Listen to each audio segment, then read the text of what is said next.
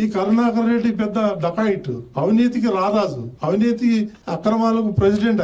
ఆయన మాట్లాడతాడు అవినీతి గురించి. ఎక్కడో 30-40 కిలోమీటర్ల దూరంలో అవుట్స్కర్ట్స్ లో ఆయన వెంచర్లు వేస్తే ఆ వెంచర్లకి టీటీడీ సొమ్ము నుంచి సిమెంట్ రోడ్లు వేస్తాడు. అట్లాంటి వాడు మా గురించి మాట్లాడేది. పెద్ద గజ దొంగ. వెళ్తాయి టీటీఆర్ బాండ్ లో, పోతారు లోపలికి, జైల్లోకి వీళ్ళందరూ.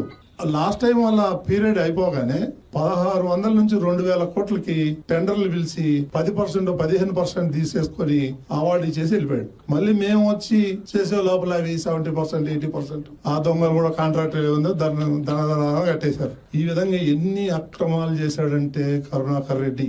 నేను వేరే వాళ్ళని ఎవరిని విమర్శించట్లా. ఎంతో కొంత మిగిలిన అధ్యక్షులందరూ కూడా ఎంతో కొంత అందరూ దేవుడికి సేవ చేసిన వాళ్ళే, వాళ్ళు నేనేమంటలే.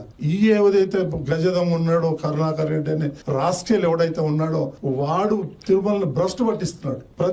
ప్రతిదీ పొద్దున్న లేస్తే సాయంత్రం దాకా వాడు అని కొడుకు ఇద్దరు దందాలు తప్ప వేరేదేం లేదు అక్కడ. వాడు పెద్ద బీరాలు రమ్మంటే ఛాలెంజ్ చేస్తారా? నీ ఆయంలో ఏమేమి అవినీతి జరిగిందని నేను ప్రూవ్ చేస్తా.